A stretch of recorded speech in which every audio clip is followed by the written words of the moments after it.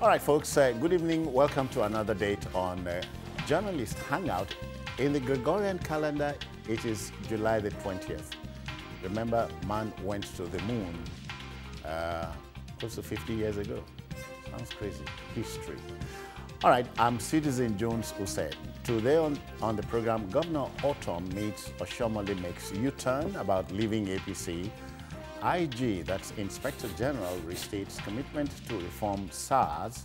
400 public servants under investigation over ownership of suspicious property in Abuja. And later on, we'll share this with you. Aviation Minister Hadi Sirika unveils logo and name of new national carrier. I'm at the Hangout with Babajide Kolade Otitoji. Jide, I greet you. I greet you. I rather like this dress. Yes. Looks like a Friday dress. As much as I like your cap. Oh, come on. Yeah. And I'm seeing Martins Oloja for the first time. Yes. We had to wait for this Friday. For this Friday. Yeah. Thank God it is Friday. Oh, yeah, TGIF. Okay, so you see the team is ready. I hope you are.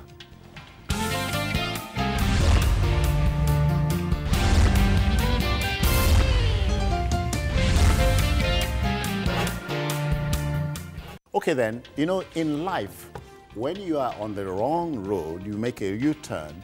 But in politics, when you leave the main road, you are bound to see some funny houses. Benue State Governor Samuel Autumn may have appeared to leave the major road, but not ready to see funny houses. He has decided to make a U-turn and remain on the APC ship. A meeting with the National Party chairman, Adams Oshomole, did the magic.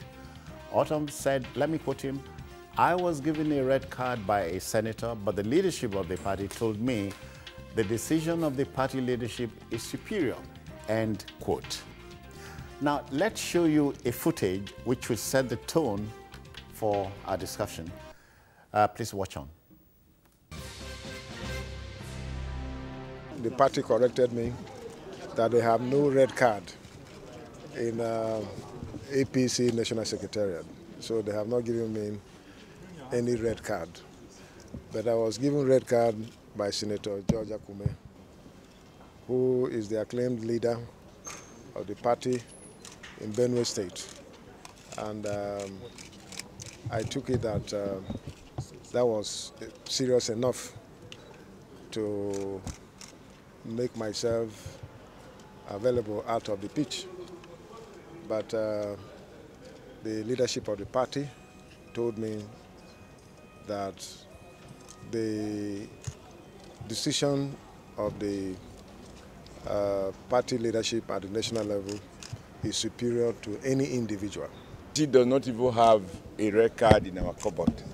So we can't give what we don't have. And we recognize that in several states, there could be legitimate legal issues. There could be agreement, disagreement, some contestations. And this we are familiar with. They are the evidence of the fact that we are a free, democratic party. And when leaders have disagreement, our responsibility is to help them to find a common ground. So, Jide and Martins, we are talking politics here. Yeah. Again, I'm not surprised. So Adams Oshomole is more or less like the conductor of the choir, or of the orchestra. Yes. You back the crowd and then concentrate on the orchestra. Yes, it's like a conductor leading an orchestra. That's it. So, and this orchestra has had problems for years. And this new conductor wants to resolve all of those problems. And I like his approach because, just like me, he thinks that politics is an inclusive sport. Therefore, you shouldn't let people go. There are some people who just say, oh, who is he? Oh, let them go, let them go. Nobody can defeat Buhari. And I just look at them. Nobody can defeat Buhari. Therefore, everybody should go. Everyone who is angry, you will not make moves to resolve dispute. They must go because you think Buhari is Voltron. Conqueror of the universe. I don't understand how our people reason. Because all of these political elements, all of the people contributed to the 2015 election of President Buhari, at the end of the day, helped us to create the political behemoth that is Buhari today. Buhari cannot singularly win an election on his own. He needs people. Even in his home state of Katsina, he needs foot soldiers. He's always had his foot soldiers. In Kano, he needs his backers. Even if the ordinary people like you, you need your own foot soldiers to organize people. At what level? At every level. You need your own supporters, your own foot soldiers to be your agent, voter agent at polling units. Otherwise, you'll be cheated. And as popular as you are, you could lose an election. So now what Oshomole is doing is, let's give ourselves a good chance of remaining as strong as we've always been. So anyone who has a dispute, let us see how we can resolve those disputes. Then if we can't resolve, we know that yes, we can resolve. And he said there will always be contestations.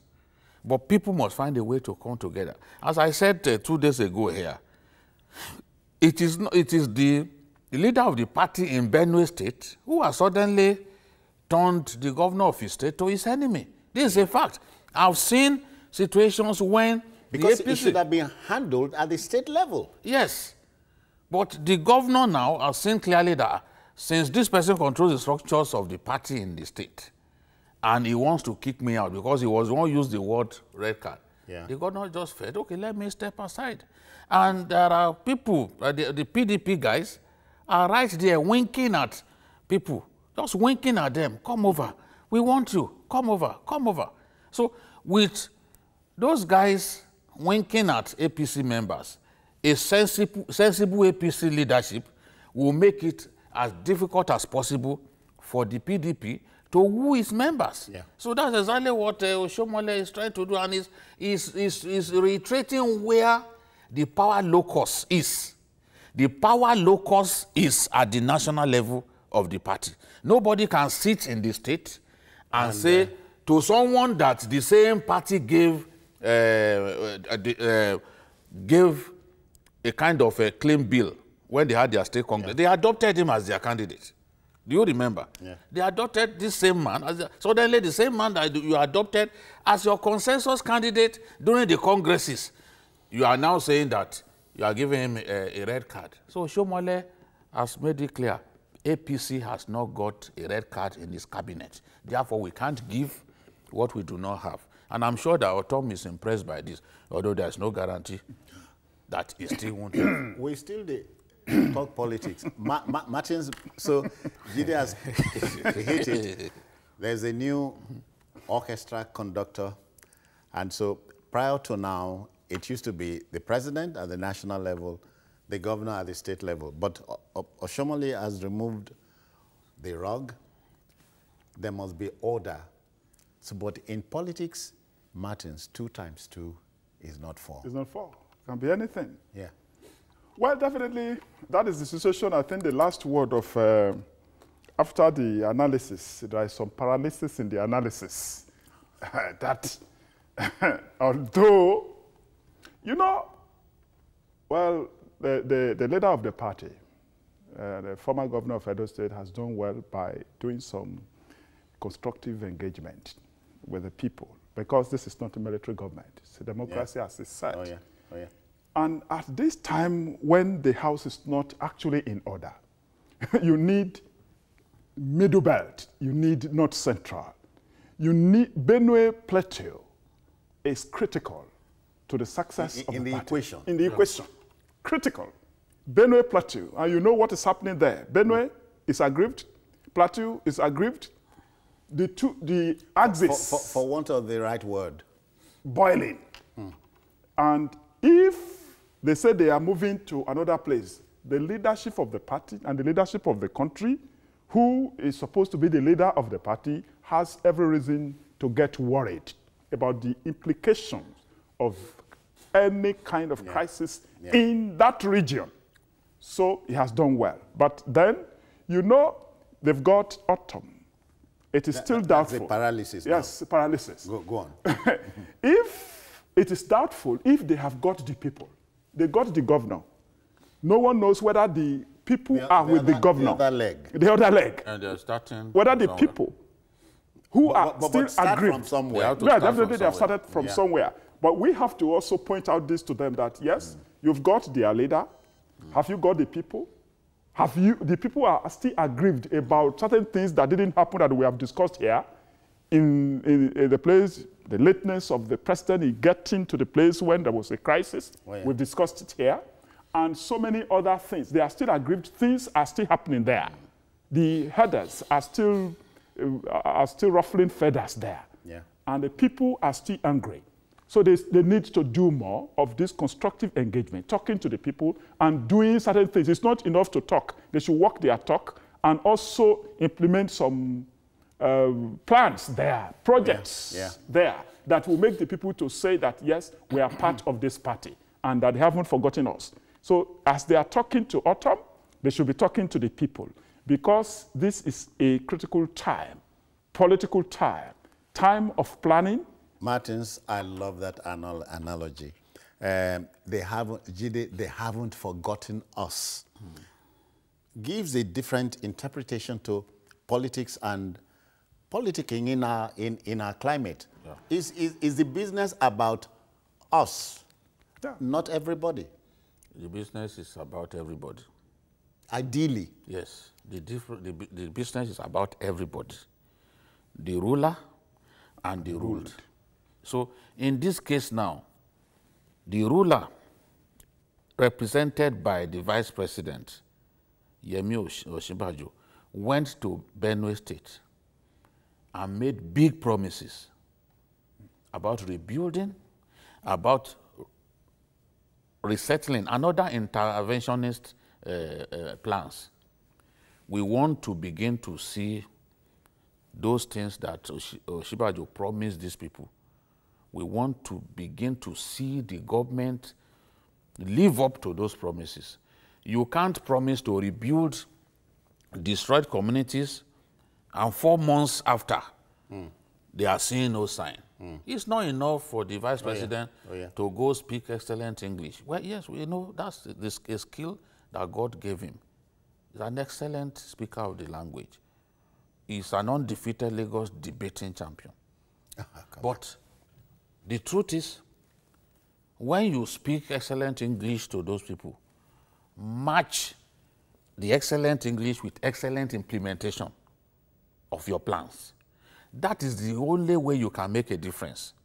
Because as we speak now, many Benue villages are being occupied by herdsmen.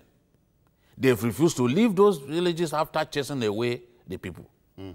We will do a program here where I will list, because I went to Benue recently, I will list towns that these fellows have refused to vacate.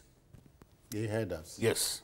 So we need to kick them out of places that they have occupied illegally, and then let the rebuilding that our vice president promised these people begin. People need to be resettled. They've lost their homes. They've lost everything. People need to be made happy. We have already excited a number of people. Martha is here from Abuja. How do you do, ma'am? Good evening. Good evening. How do you do? I'm fine. Let's go. Okay, thank you very much. Thank you, Mr. Gigi. Thank you, everyone, for what you're doing. I thank God that we are now together, that APC is trying to get their legs on ground, because, you know, we keep saying it's the president, the president, the president. The security of Nigeria is in all of our hands. As we talk about it, we pray about it, we act it. So I thank God that they are coming together. I thank God for Oshomole, what he's doing, and what you people are doing, trying to talk about it. So it's not just the president. We need to all come together. And by the grace of God, Nigeria will come back to itself again. Thank you very much. Many thanks. Martins, yes, Autumn has dropped the gauntlet, at least for the time being. So we are looking at Senator Akume Well, definitely Senator Akume cannot work against his own party. What they have done is to call him to order, saying you can't issue a red card to a sitting governor who controls the local government, who controls the people, who that the people will look up to. That issuing a red card was a tragic error in the first place, and they have told him that. And I think he needs to understand that if he wants to continue, even with APC, if he wants APC to retain the state, he has to toe the party line. If he is a party man, he was governor there, but he is not the governor. Supreme. The party is supreme. The party is supreme. Yeah. And I think that is what he should do if he wants the party to retain the state. And this business of I made you, I should also destroy you. It's not politics. It is impolitic. Yes, definitely. It's a product of lack of knowledge. He was going to perish for lack of knowledge of how things should work. It's a very educated person. It's a product of UI. So it's an old student, but now so many of the people. Advertising. Yeah, so many of the people. It's all right. It's all right. It's a product of their university, but that is not the issue. You know, our people would like to say, I graduated from University of London, Cambridge, Oxford. That's not the issue. You should ask God for wisdom to deal and understand the times, like children of Issachar, who understand the times and know what Israel ought to do. He should understand the times that we are in. Tells me you are a practicing pastor. Oh, you can say suits now. Pastor. It's pastors that wear this kind of suits.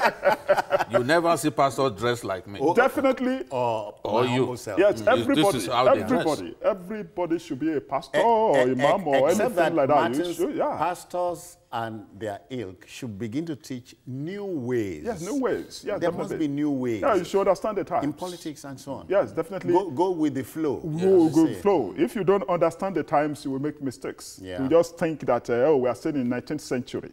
This is 21st century. Disrupted by social technologies. And when information travels at the speed of thought, not light anymore. Information travels now at the speed of thought. This one is in the spirit. Yes. And in trying to start asking me to pay my tithe. in taking the matter home, so what next? Yes. Two things. The national leadership has expressed a desire to keep aggrieved persons. It has also underlined the fact that it will not tolerate people punching above their weights. Akume, by giving a sitting governor a red card, is punching above his weight. Wherever he got it from. He's punching above his weight because there is a higher authority, and that's what Oshiomhole has tried to underline.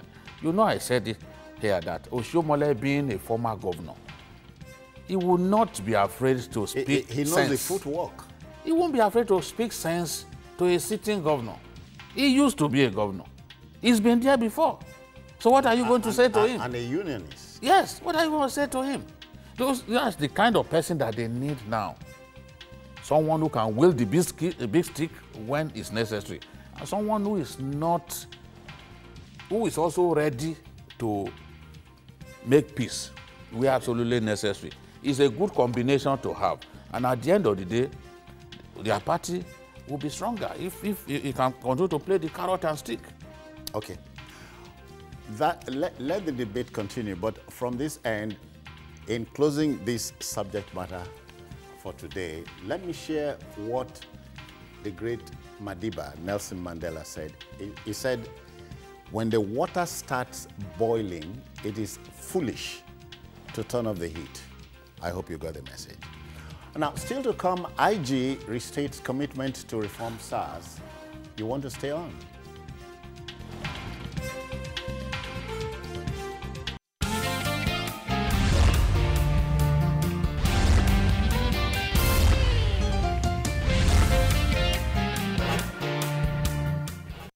Now to policing matters. You know, policing in our country continues to generate healthy and junk debates, even when it is further argued that we deserve the policing system we have at the moment. The Special Anti-Robbery Squad, SARS, you would say SARS, was established in 1992 to, as the name suggests, combat armed robbery and related crimes. Over time, the unit yielded to the vagaries of the Nigerian environment. Today, the consensus across the board is for a ban on the SARS. The Inspector General Ibrahim Idris believes the way out is to rejig and reinvigorate the unit nationwide. You share the sentiment? Yeah, I think that SARS is not beyond redemption.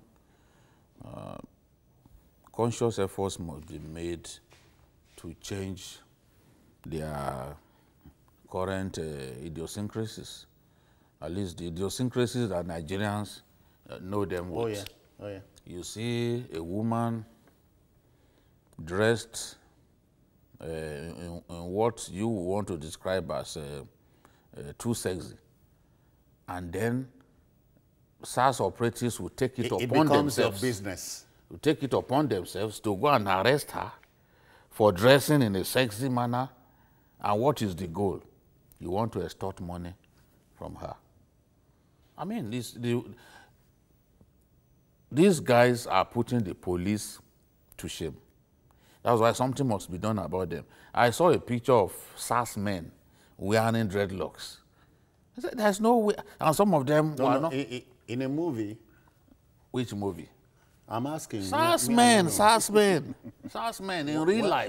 When they are not wearing dreadlocks, when they are not Bob Marley. You know? So I don't know how and why we allow things to degenerate to this point with an arm of our law, of our primary law enforcement agencies. Because they just do, even in areas where some of them live, they are seen as terrorists already. People think that, look, if you offend them in any way, they are going to kill you. And they are never afraid to kill people. The police have no right under our laws to administer justice on anybody. That is the job of the law courts. So for SARS men to be engaging in the extrajudicial killings that we already know them for, I think that something has to change about the way they do their things. We've been told that for now, SARS must wear uniform because you see some of them. I've seen a SARS man wearing buba and shoro with a slippers, bedroom slippers to go with it, or what the Americans call flip-flop. SARS man.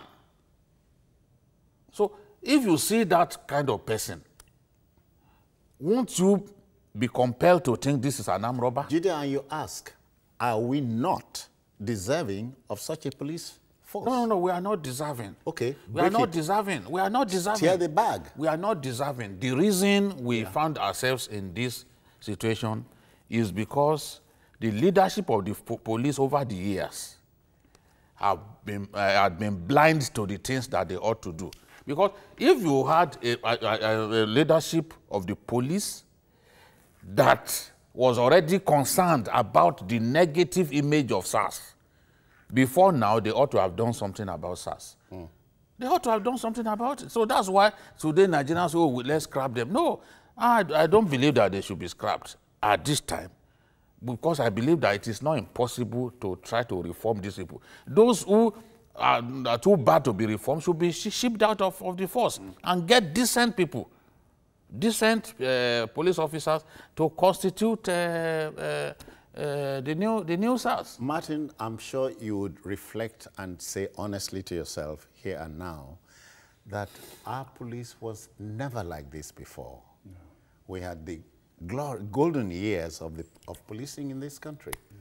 So something went wrong. So you are looking at recruitment ground.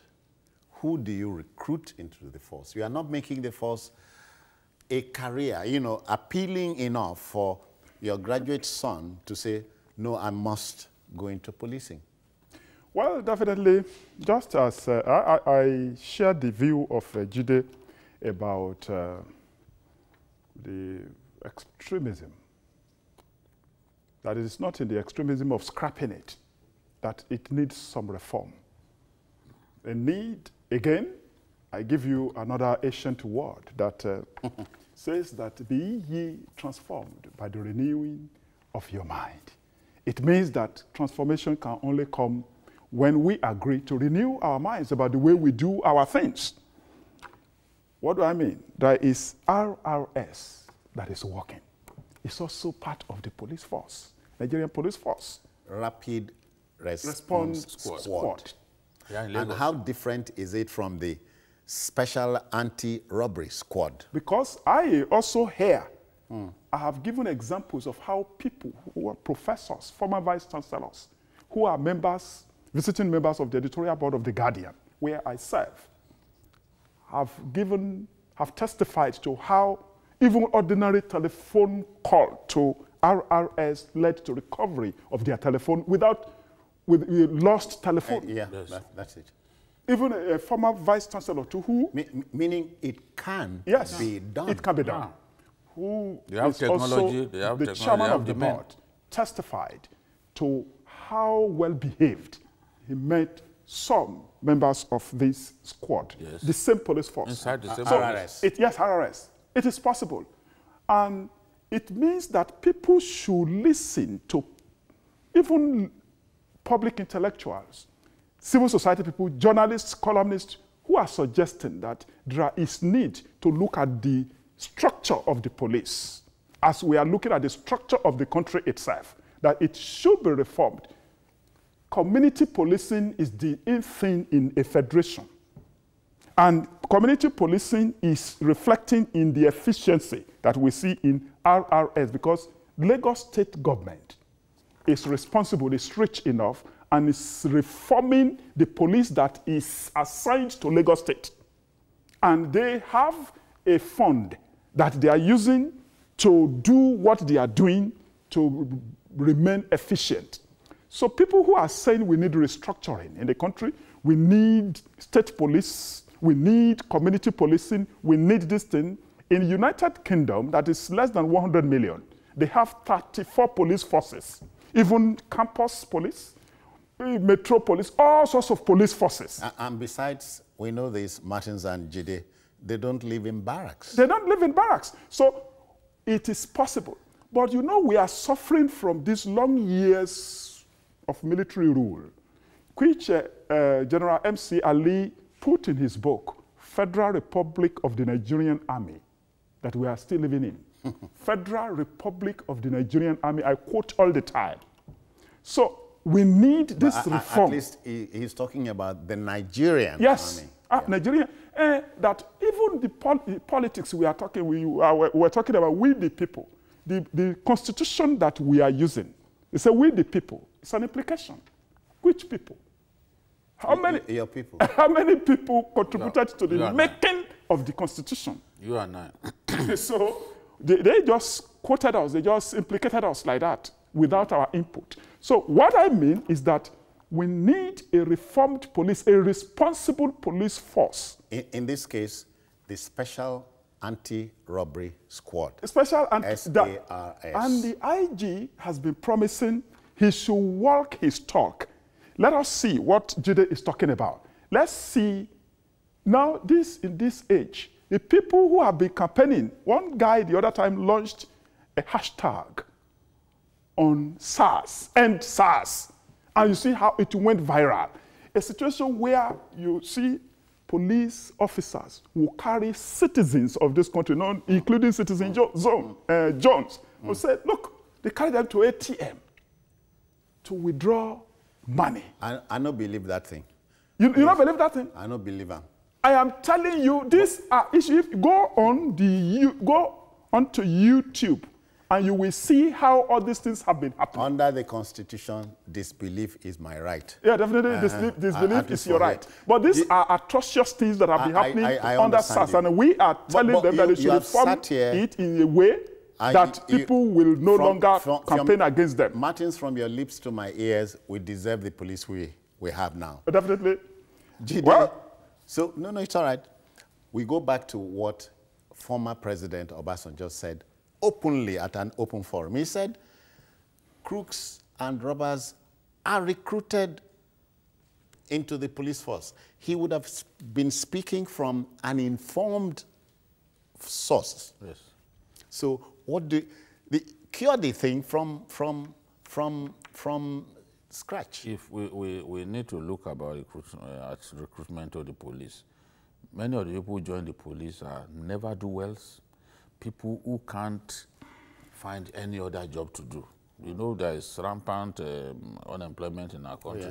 People can't find any other job to do. So it's possible They- thugs and Once so they on. have, yeah, thugs, murderers, ex-convicts, they find their way. People who had been detained, who had been in police cell before, detained. They will hear that they are doing police recruitment, they too will go in. We don't have a database that can expose such people and their history of You don't have it of felony. by choice. You don't have it by choice.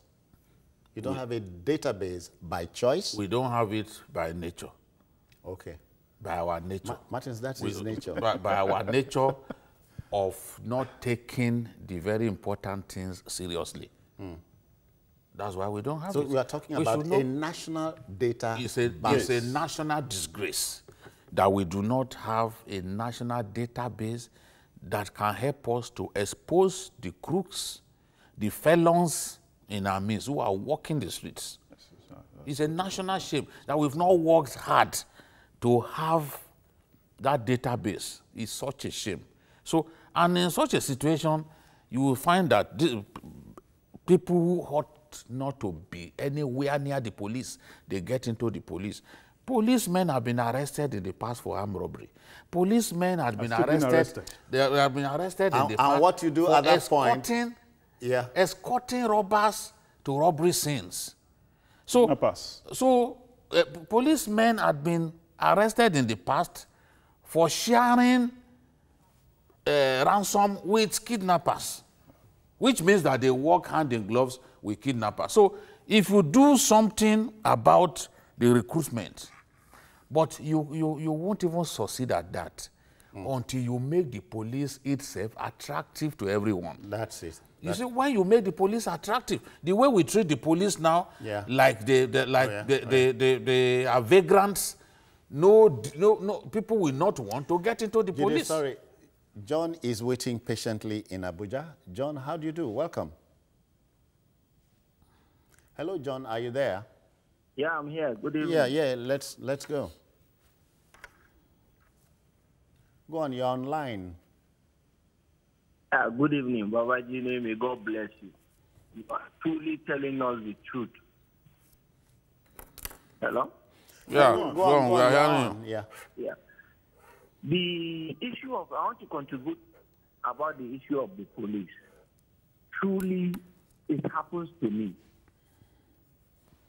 The police have followed me to my house and I gave them a check. Because I told them I don't have an ATM. They forced me. John, did you make a report? Did you, John, I like that. Did you make a formal report? I snapped it. I can send it to your page. No. Don't say. Did you make a formal report to the appropriate quarter? I have to call my bank to tell them not to grant that check. Was it stopped? I called my bank not to grant the check. Was it honored? The check? Yes, 10,000. It was honored. And they still paid them?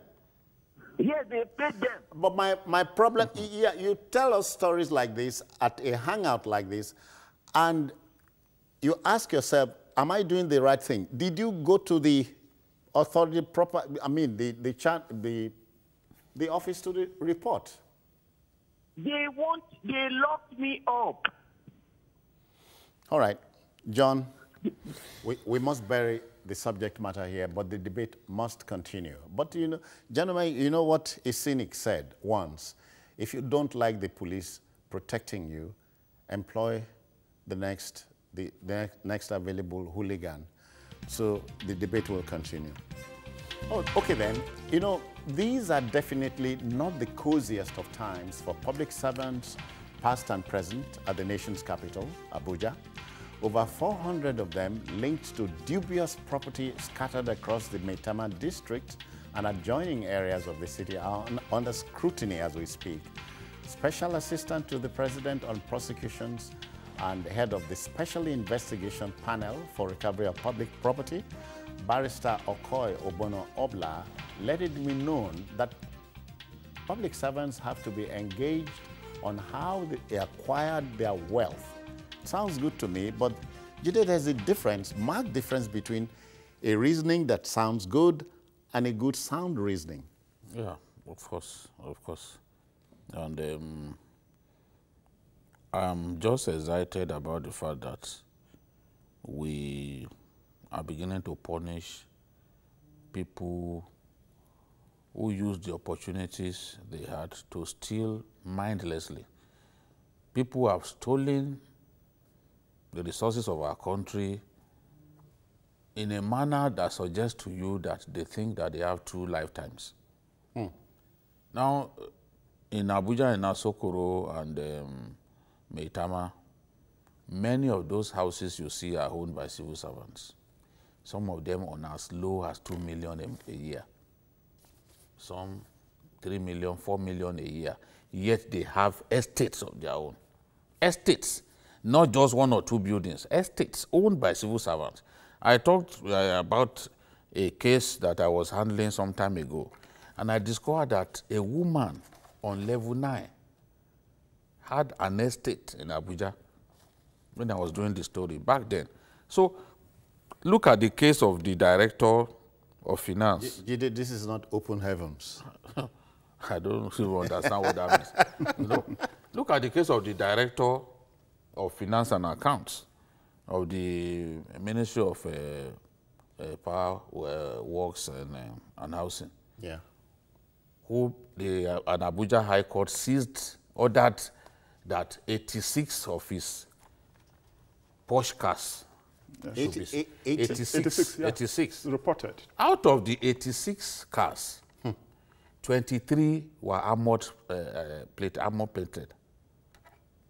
That means they were bulletproof cars. 23. They were all brand new, kept somewhere in Jabi, in Abuja, an individual. Then we've not talked about his houses, so these are just cars. Then he had houses in different places, including even London.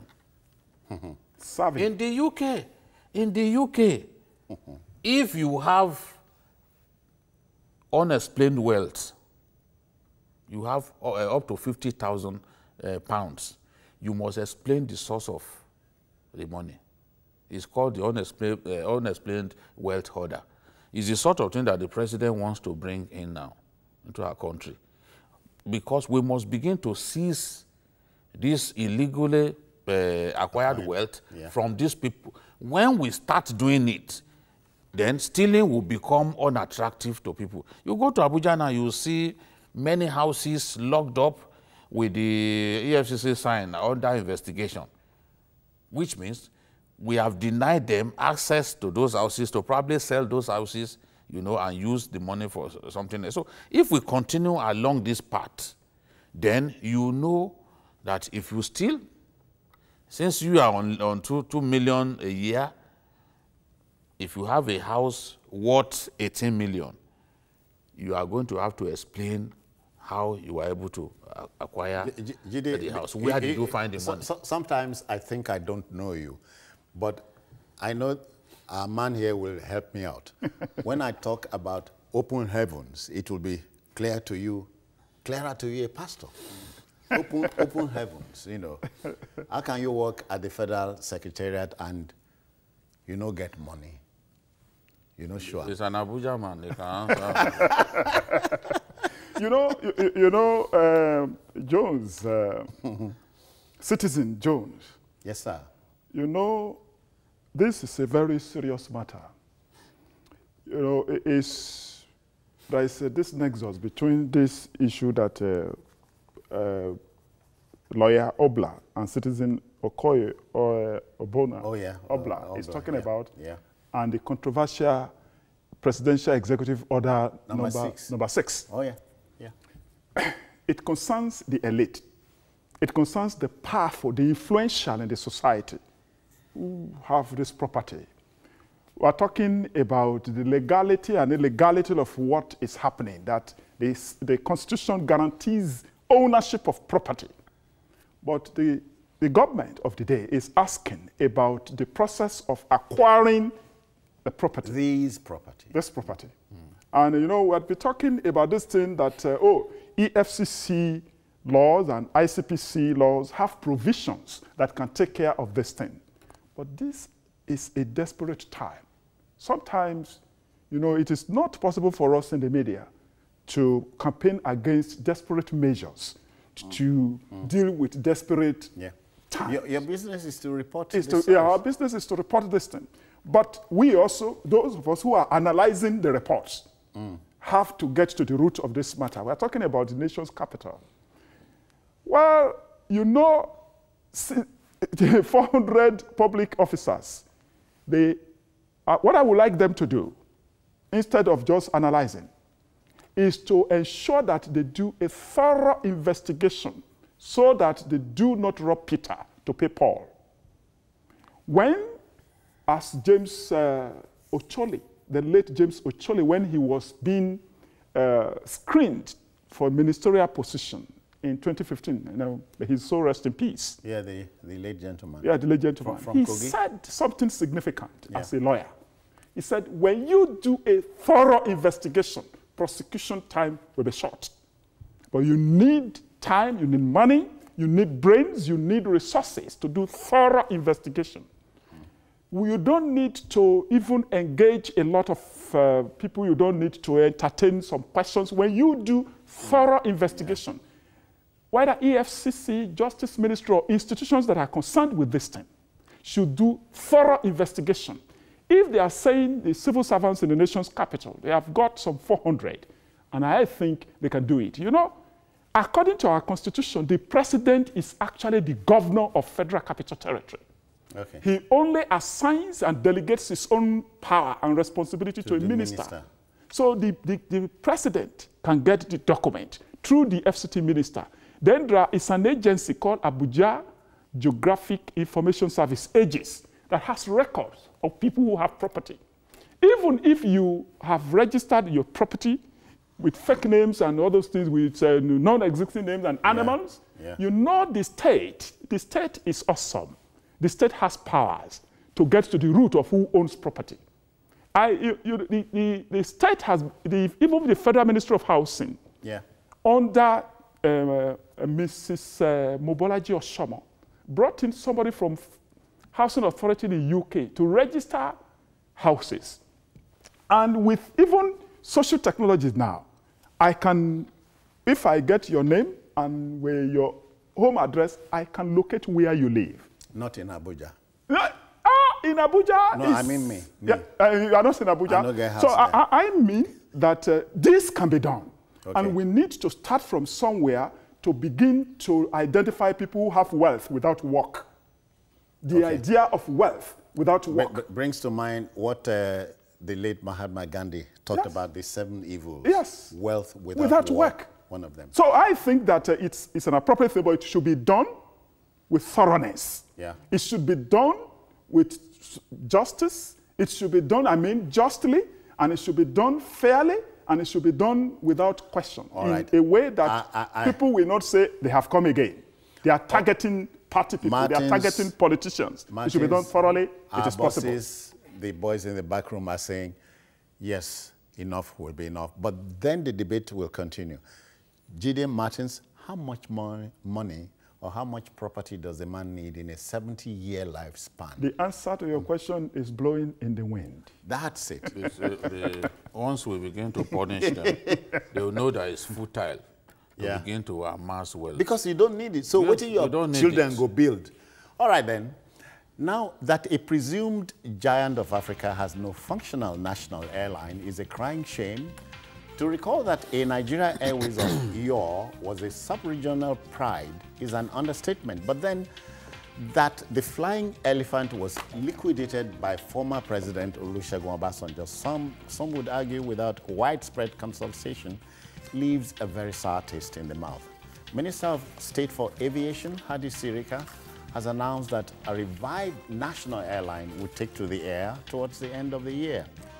This, I think, ordinarily, Jide, without any debate, is salutary.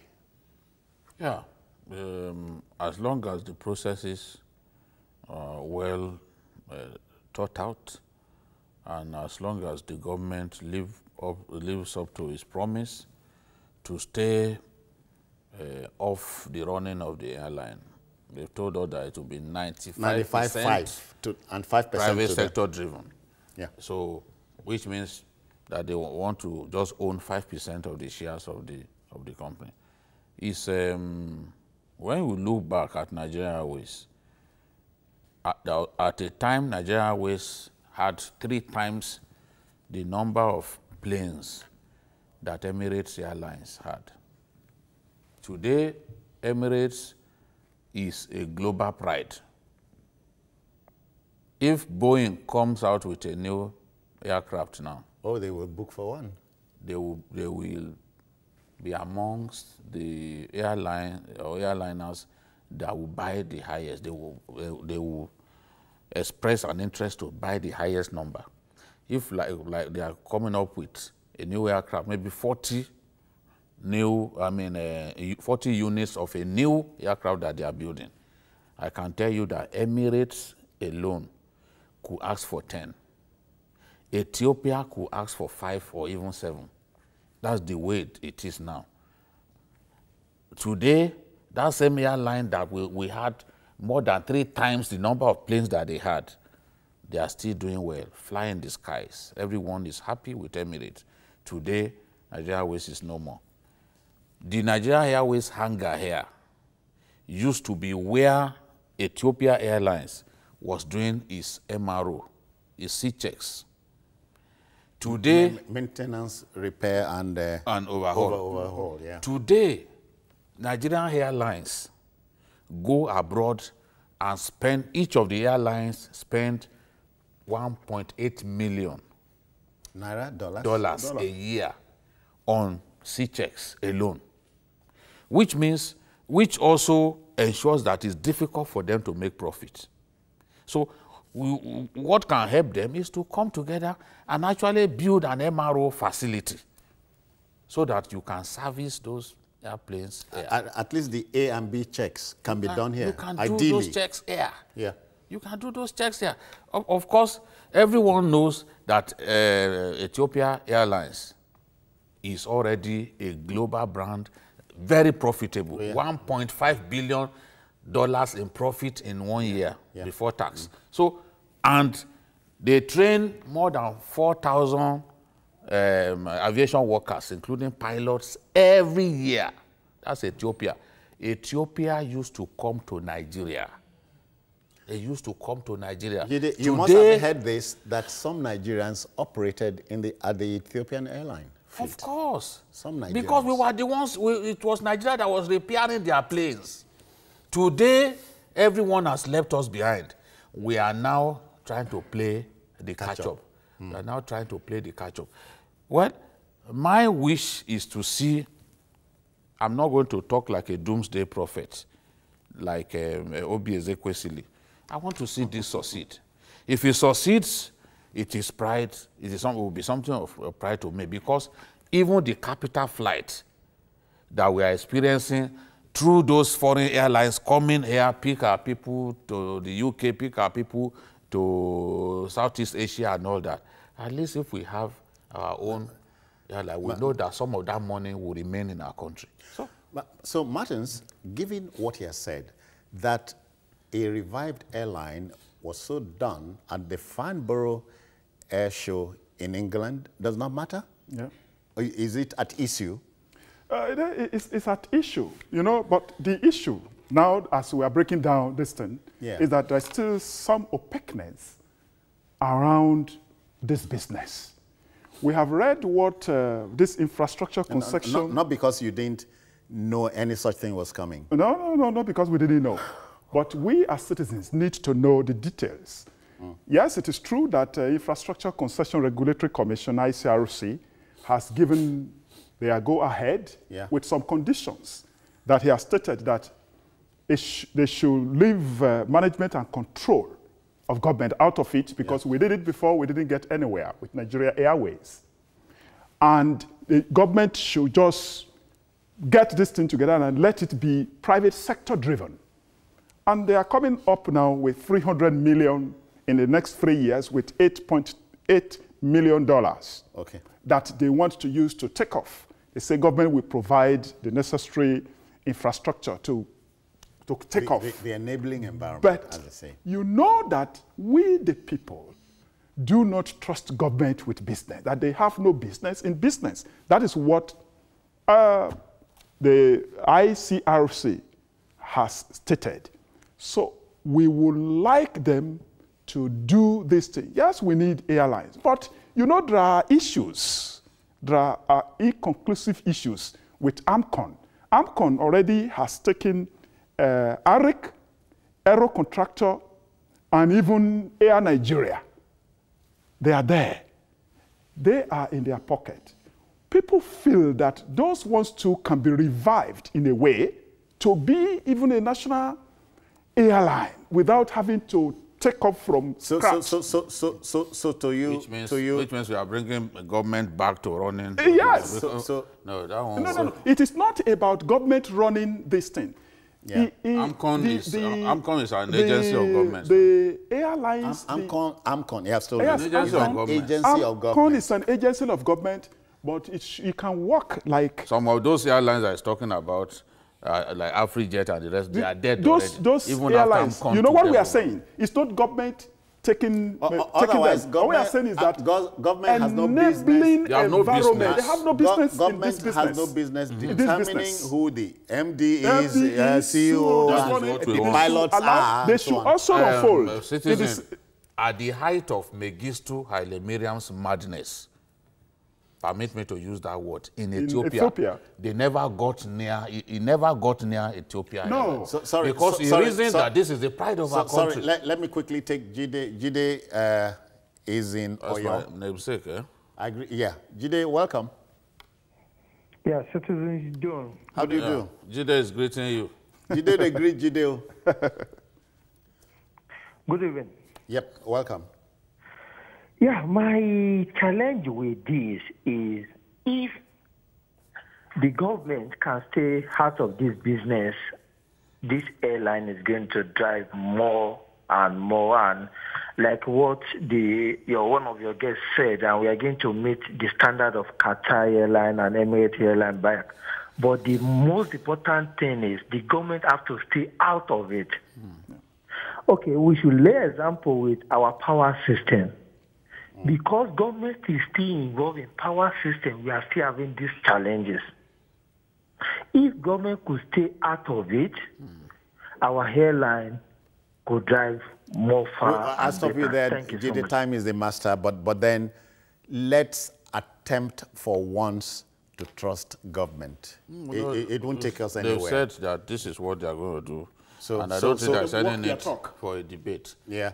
And remember what I said. Sorry, that Mengistu Haile Mariam, the dictator, at the height of his madness, he never got near Ethiopia Airlines. Because everyone knows that that is a symbol of Ethiopian glory. That airline.